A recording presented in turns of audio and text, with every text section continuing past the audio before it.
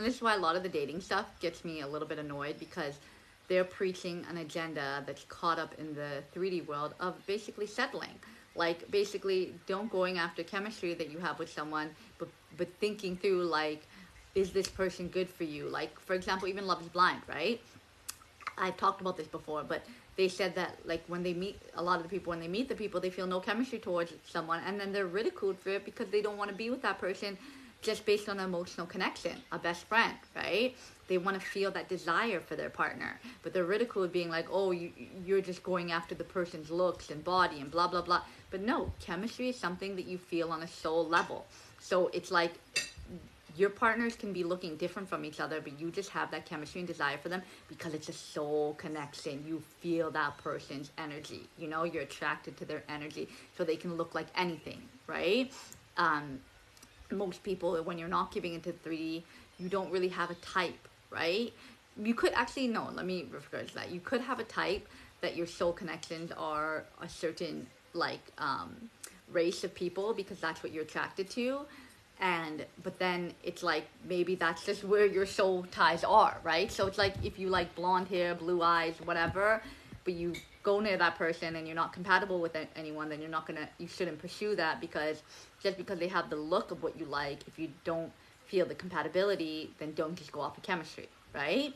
That's why we need both chemistry and compatibility. And I wish more people really taught this, because they're just saying, like, okay, if someone made you feel safe and is like your best friend, then pursue that relationship.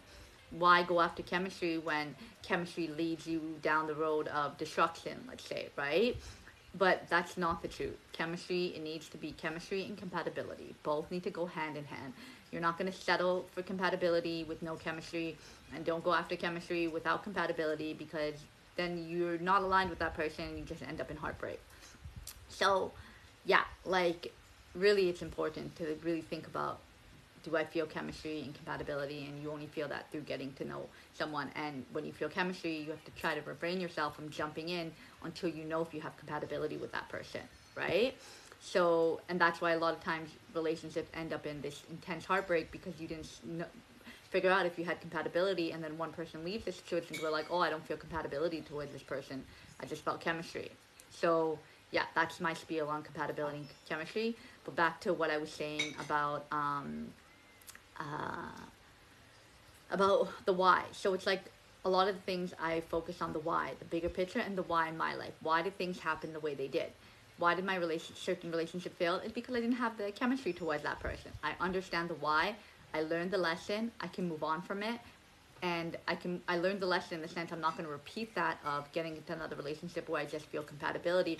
I'm not going to feel wrong, be made wrong, that, like, relationships have told me that are that, like, it you're going off of chemistry is not smart, you know, like, you should be seeing what you have and value what you have. And I do agree, yeah, value what you have, but you can't control how you feel. If you don't feel that chemistry and desire for someone, then you're just hurting them and hurting yourself, because they'll never feel fully loved, they'll never feel fully wanted. You'll just be okay with the they'll you guys will just be okay with the fact that settling, right? Like, I don't even know else to explain this, but like, people have made me feel bad about my thoughts and how I feel, and making me feel that I'm wrong for wanting both, for wanting it all, you know? So, but that's you, and that's what your soul tells you. So it's like, what your soul tells you is your intuition is the aligned way. When we give into the 3D and what other people tell us how it should be, and that we're giving up on something that doesn't feel good for us, that we're unhappy in that situation, then we're not meant to stay in it just because of the fact that they have an idea of how a relationship should look. That's why whenever you hear advice from family, friends, tarot readings, anything that you watch that you're taking advice on, you can't just accept it at face value. Look inward. How does that make sense to me? Does that make sense to me? Does that align with my beliefs? Is there my belief system needs to change? Like, is this truly what I believe, or am I just adopting someone else's idea, right? Like what I was saying, what she was saying about the why.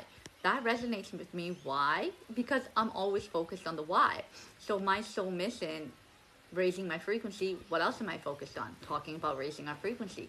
So when she was saying this stuff, that aligns with my beliefs, exactly how I feel.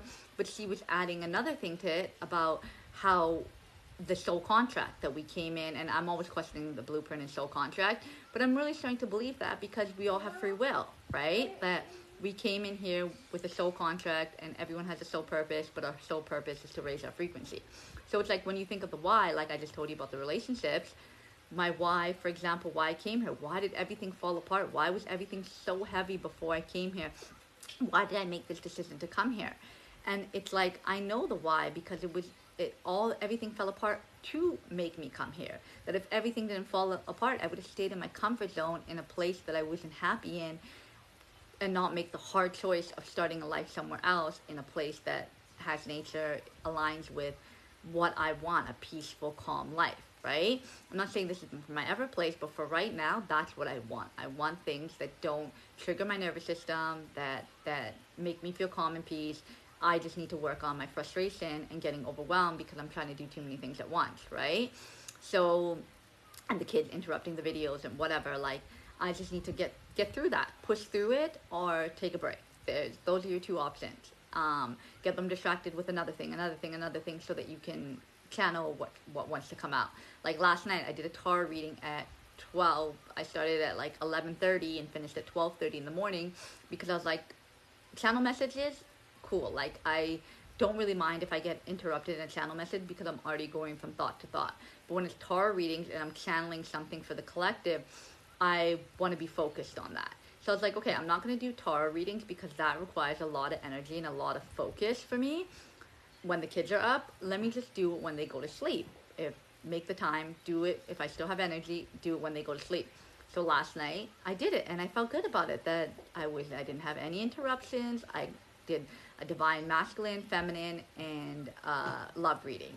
And at the love reading, I was yawning at the love reading because I was like, all right. And I was contemplating doing the third reading, but I said, why not? I feel like I'm being called to do it. Just do it. And when your battery on your iPad and your energy runs out, you'll know when to stop. And what happened at the end of it, I was yawning like crazy, like big sound yawns. I was like, okay, it's time to stop. So again, know your why. Look at your past situations instead of like in a play like, why did this happen to me? This shouldn't have happened to me. Like really question, why did this happen to me? Why did things unfold the way they do? It's not because you're unlovable. It's not because like we make up these stories like everyone abandoned me, I'm always rejected, no one can love me, no one will understand me, and people make up stories in their head. But it's like, no, what was the lesson there was I need to learn how to handle rejection, to handle my emotions. Hold on. I need to come to terms with my abandonment issues, right? Like learn how to handle abandonment, being like, okay, it's not so bad. I'm still good. I'm still sound. I'm still healthy. My mind is okay. Yeah, that hurt, but I'm still okay and I'm still progressing and moving forward, right? So I'm not staying in that like, woe is me. So there's so many things that happen in our life, and I love that the Naked Moon said this before too, is like, look at every situation, people, all these things that you experience as what is the lesson in it. And when you look at what is the lesson in it, that's how you don't take it so personally, and that's how you grow. Like for me, I always didn't want substances in my life. I gone through so many periods where I cut out substances because I knew it wasn't serving me. It wasn't getting to me to my highest vibration. It was lowering my frequency. And now I'm at the point where I'm aware of everything, what I put into my body. There's still stuff that I told you, chips and cookies, that I put into my body, but I'm getting less and less to the amount of times that I eat it, right? So again, I'm not going to be perfect, but I'm striving to be perfect. And I'm so proud of myself for letting go of substances and not feeling like I need it anymore. Like I felt like I needed bud to relax and feel peace. And now just by me working out and going swimming every day, like I feel clarity and I feel peace. So I replaced bud with moving my body and working out and getting sunlight. So we use one crutch because it's easy. Like substances are easy. Even people having two beers every night when they come home because they want to relax and decompress from all the stress that they experience, make their nervous system feel calm. They do that because that's the easy, quick fix.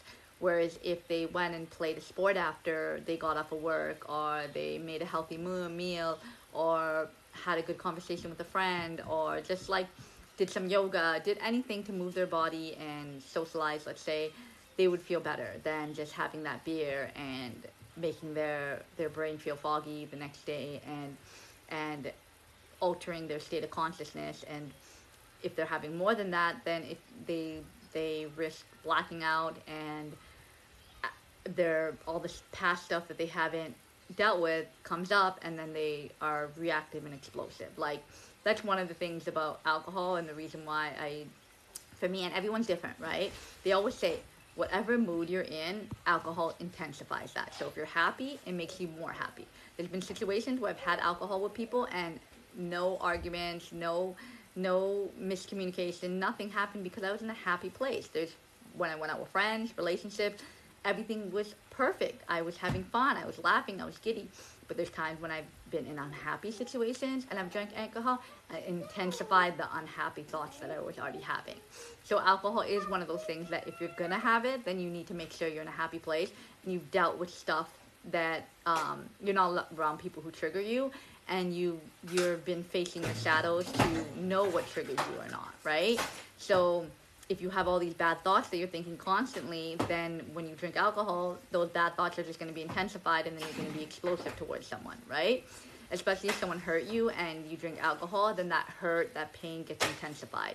So I'm happy that I don't have substances in my life, because at least I can regulate my emotions, and I'm not that reactive person who feels the need to say something out of an emotional place, right? Like, I think it through, and I don't say it in a way where it's like explosive. If I do share my emotions, yeah, it may be sad, it may be vulnerable, but it's not in a place where I'm hurting the other person, right? Or I'm trying to hurt the other person with my words.